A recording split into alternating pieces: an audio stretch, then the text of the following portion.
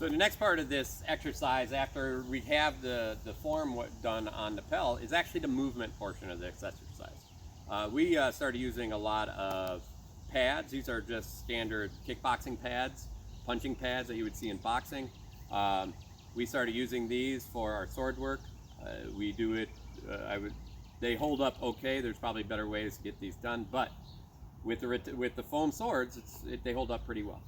So in this exercise, we're going to have Sai walk at me and then walk away while she's throwing these shots.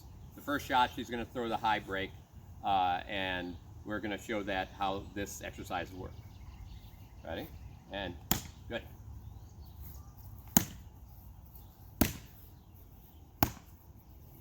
And back.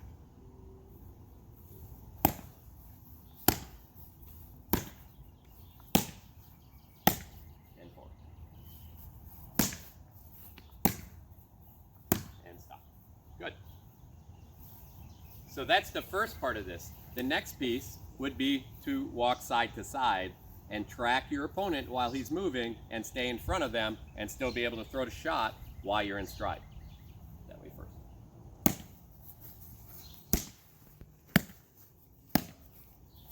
And back.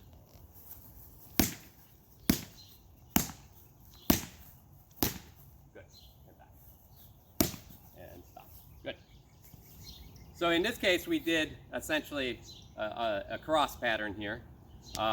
The next piece of this would be actually we work into the 45s inside that cross as well.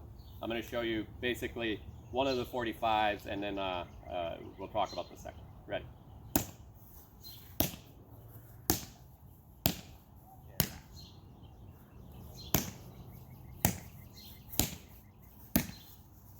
And stop. So that was the one. So you would add the second piece. This exercise can be done, and we could change the speed of it. So not only does your partner have to understand they need to find this pace at which they throw that blow. In other words, where their feet are, what hip to turn at the right time, because we don't practice this actually very much.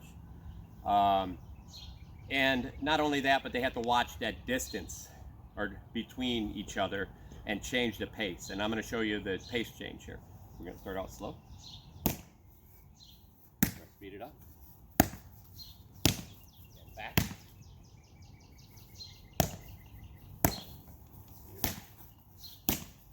Stop. So by adding those types of changes into that exercise, what happens is we're learning a number of things. We're learning to pay attention to that distance between your opponent. We're learning where to throw in your steps and how your feet are. You'd be very surprised that we don't actually practice this often anywhere else that I've even before this, probably for us here locally before the last year or so, I've been practicing it a lot more with Sai, mostly because we're building. This is a building block exercise. We start from our Pell and we practice all that movement, all that striking in perfect form on the Pell. And then we take the next step where we just do these motions back and forth. And the final step, we'll do an exercise like this. I'm going to leave a little small break. Ready? And now this is just going to be dynamic movement. Fun. Ready? And.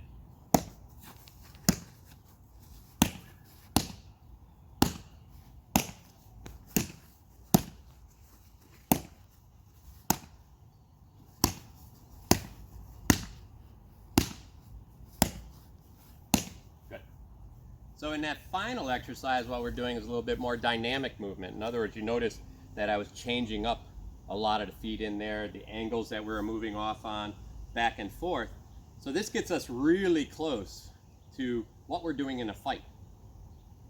And that's the biggest part. So we went from really focused technique to focusing on technique and movement and throwing inside that, to making sure we can do it on all angles.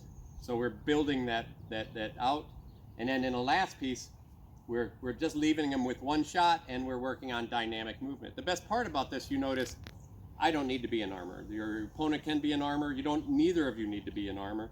You may add a shield to this, you may add armor just to make sure that everything works well, but this gives you the ability to set up all those building blocks to what you have at the end.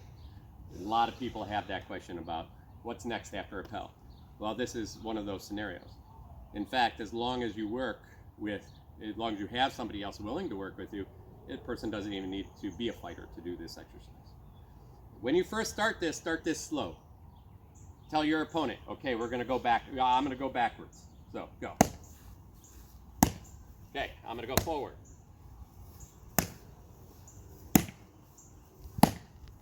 That way it's clearly communicated, they have a chance to make those changes.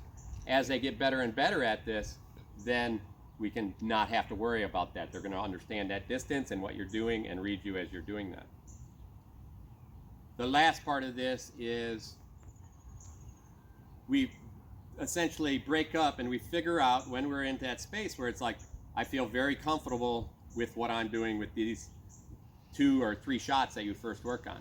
And as the shot becomes comfortable, we look at adding another shot in that may not be as comfortable as the others are. In other words, if you pick 2 and those 2 are both pretty comfortable, then move on to your next 2 shots and you set those up. And that's how we build this, the good dynamic throws. In this case, she's going to throw, we'll go, and her second shot is the offside arm, right? Turn outside. Good. So here we go. She's going to throw that offside arm, and I'm going to walk.